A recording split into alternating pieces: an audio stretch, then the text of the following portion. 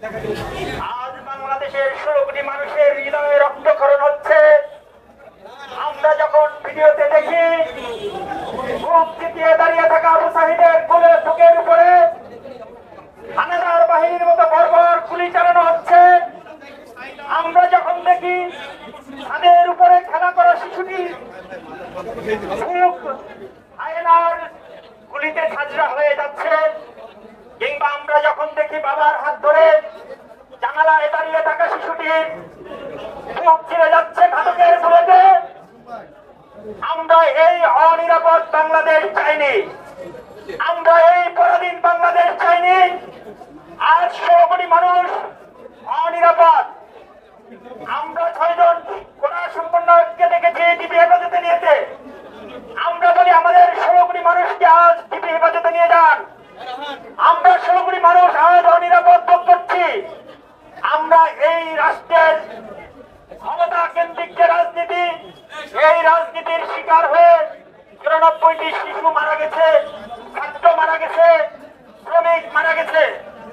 আপনারা বলছেন সন্ত্রাসীরা হামলা চালিয়েছে, দলীয় লোক হামলা চালিয়েছে, কিন্তু যারা মারা গেছে তারা কিন্তু শ্রমিক, তারা ছাত্র, তারা সাধারণ জনগণ, তারা শিশু, তারা নারী, তারা কোনো সন্ত্রাসী না, তারা কোনো বিরোধী দলীয় শক্তির লোক না, তারা কোনো বিশৃঙ্খলা সৃষ্টি করার লোক না।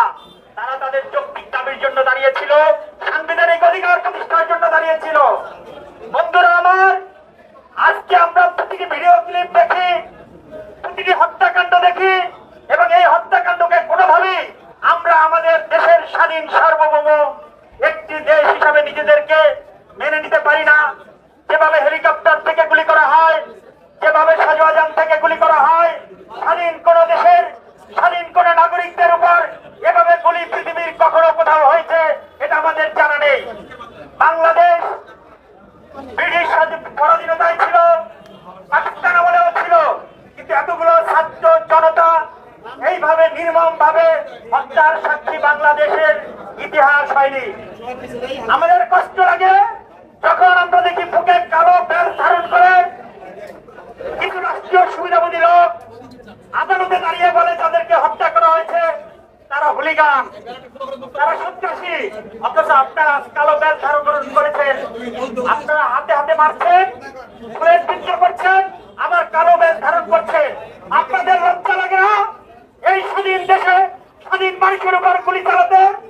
রাষ্ট্রীয় বাহিনী আজ যেভাবে সকল নিয়ম কানুন আইন ভঙ্গ করে সাধারণ মানুষ, নারী, শিশু, ছাত্রদের উপর গুলি চালাচ্ছে, এটা কোন রাজনৈতিক প্রতিহিংসা, এটা শুধু ক্ষমতার প্রতিহিংসা। আজ রাষ্ট্র রক্ষা না, রাষ্ট্রীয় সম্পদ রক্ষা না, আজ শুধু নিজেদের ক্ষমতা সুসংহত করার জন্য, নিজেদের ক্ষমতা ধরে রাখার জন্য, নিজেদের বৈষ্ণব টিকিয়ে রাখার জন্য বর্বর ভাবে গুলি চালানো হচ্ছে। আপনারা দেশের মানুষের ভাষা বোঝেন না। 16 কোটি মানুষ আজ রাজপথে নেমেছে। 16 কোটি মানুষের আজ একই দাবি, কেন গুলি করা হয়েছে, কেন হত্যা করা হয়েছে? আমরা প্রত্যেকটি হত্যার বিচার চাই। এই স্বৈরাচারী শাসকের পতন ছাড়া এদেশে মানবাধিকার ও আইনের শাসন প্রতিষ্ঠিত হবে না। আমরা ইনশাআল্লাহ এই সংগ্রামে আছি, থাকবো। সবাইকে ধন্যবাদ। এ পর্যায়ে বক্তব্য রাখবেন বাংলাদেশ জাতীয়তাবাদী আইনজীবী ফোরাম কেন্দ্রীয় কমিটির বিপ্লবী সহ সাংগঠনিক সম্পাদক অ্যাডভোকেট ইউনুস আলী রবি সংক্ষিপ্ত বক্তব্য রাখবেন।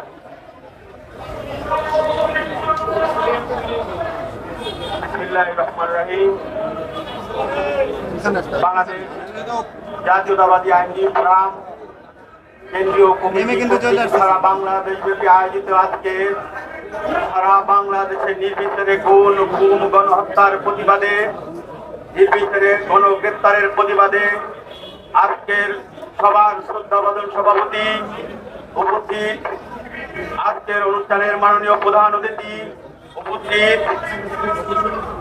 সহ প্রধান অতিথি, কেন্দ্রীয় নেতৃবৃন্দ সহ বিজ্ঞ আইনজীবী ভাই বোনেরা, আসসালামু আলাইকুম।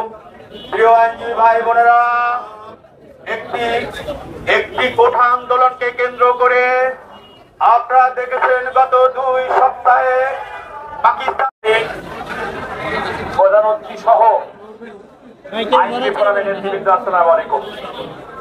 আমি বাংলাদেশ জাতীয়তাবাদী আইনজীবী ফোরামের পক্ষ থেকে বাংলাদেশ জাতীয়তাবাদী আইনজীবী শুধুমাত্র নয়, দেশের গণতান্ত্রিক আন্দোলনে যারা বিশ্বাসী সকল আইনজীবীদের পক্ষ থেকে বেশ কয়েকটি প্রস্তাবনা আপনাদের সামনে উপস্থাপন করতে চাই। আজকের এই সভা থেকে বাংলাদেশ জাতীয়তাবাদী আইনজীবী ফোরামের নেতৃত্বাধীন এই সভা থেকে গত 16 জুলাই আবু সাঈদের মৃত্যুর মাধ্যমে বাংলাদেশের হত্যাকাণ্ডের হোলি খেলা শুরু হয়েছে। এ যাবৎকালে নিহত আমার ছাত্র জনতার শিশু তরুণী তাদের প্রত্যেকের রোগের মাগফিরাত কামনা করছে।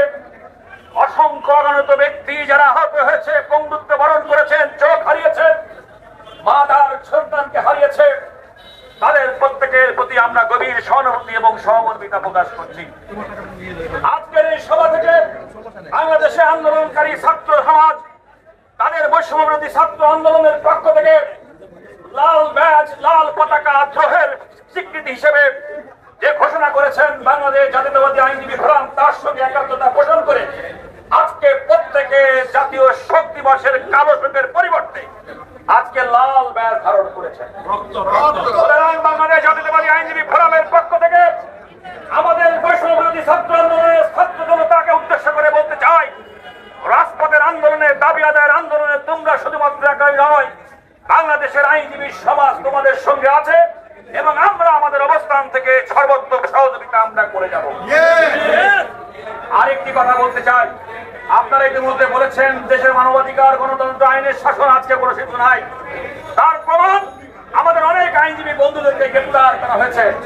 আজকের এই সভা থেকে সুপ্রিম কোর্ট আইনজীবী সমিতির সদস্য advocate Nurul Kabir Rizvi, barrister Nasiruddin Ahmed Asim, advocate Abed Raja, barrister Sheikh Mohammad Zakir Hossain, advocate S M. Kamal Uddin, advocate Mohammad Jalal Uddin, advocate Nipun Roy Chowdhury সহ যে সমস্ত আইনজীবীকে গ্রেফতার করা হয়েছে, অ্যাডভোকেট শামসুর রহমান শিমুল বিশ্বাস সহ ব্যারিস্টার আন্দালিব রহমান পার্থ, যে সমস্ত আইনজীবী নেতৃবৃন্দ এই মিথ্যা এবং অন্যায় নির্যাতনের শিকার হয়েছেন, গ্রেফতার হয়েছেন, রিমান্ডে গেছেন, আমরা অবিলম্বে তাদের মুক্তি দাবি করছি।